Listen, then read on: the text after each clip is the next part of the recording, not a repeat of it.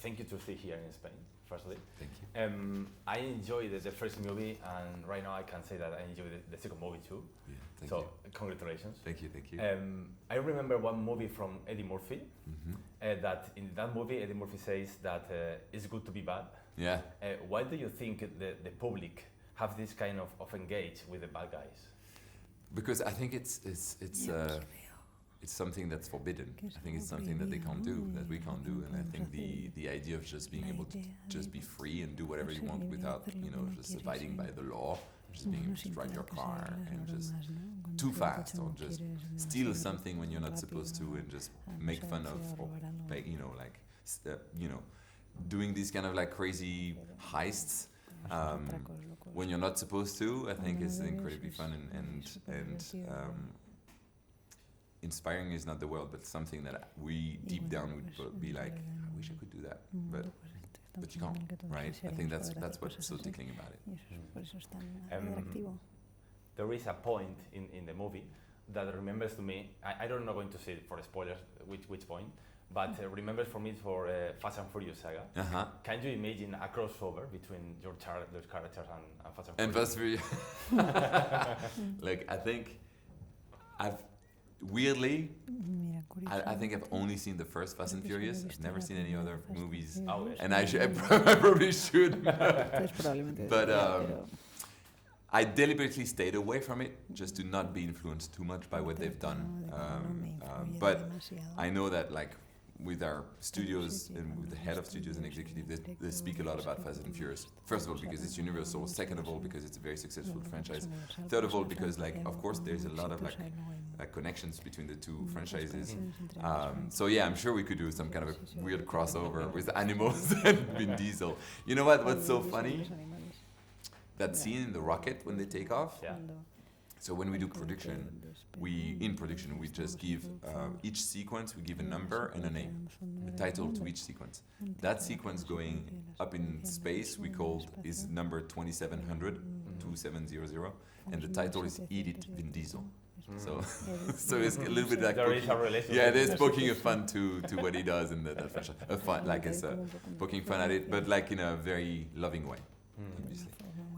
This movie is with characters that are anthropomorphic. Yep. Why do you think this kind of characters works with the audience? I think because you can push the expression so much more. You just like really can just be caricaturized with each of and every single one of them. I think there is like you really play on archetypes, like archetypal personalities.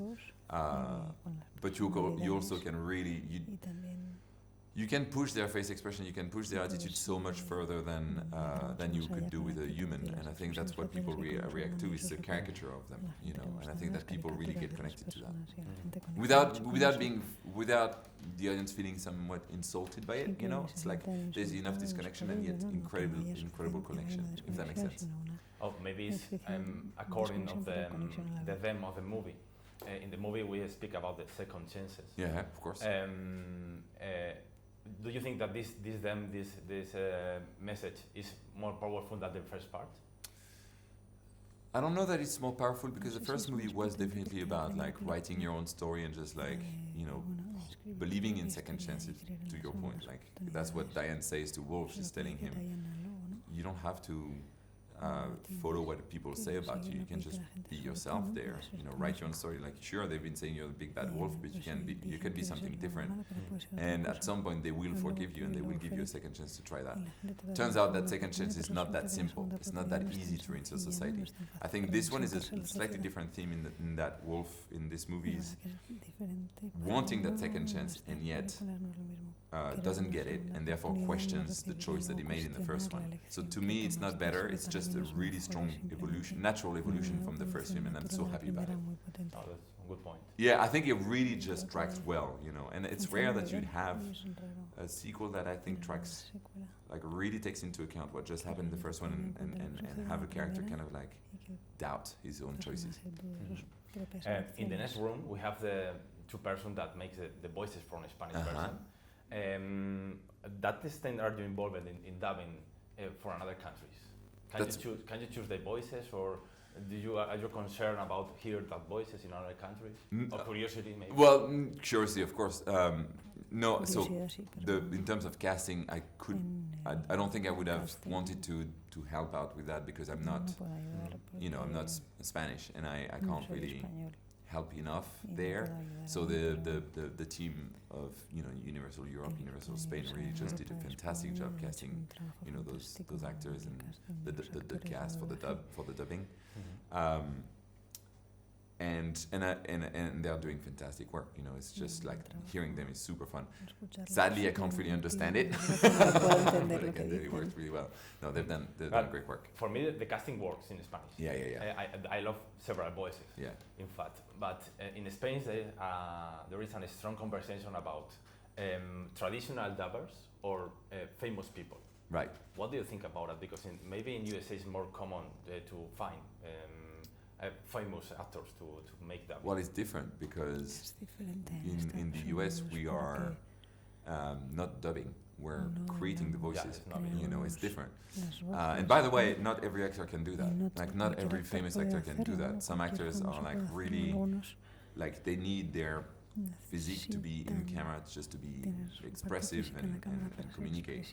Some actors are really good at doing both and have a voice, acting that is very strong and powerful because they can really fluctuate it and just give all the intentions. And we spend a lot of time choosing the right people just for each character, just to make sure that they all kind of sound different and at the same time have the range and can convey all the emotion that we want. So that cast is quite unique. In that sense, I think it's different from pure dubbing.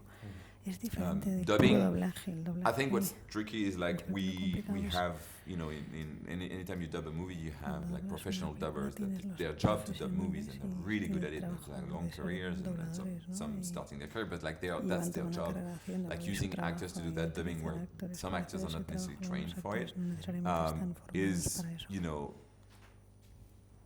sometimes it can just be like a way to bring the audience in because it's like definitely like an appeal just to have a big name on a poster. But most of the time these people are so trained and such good actors.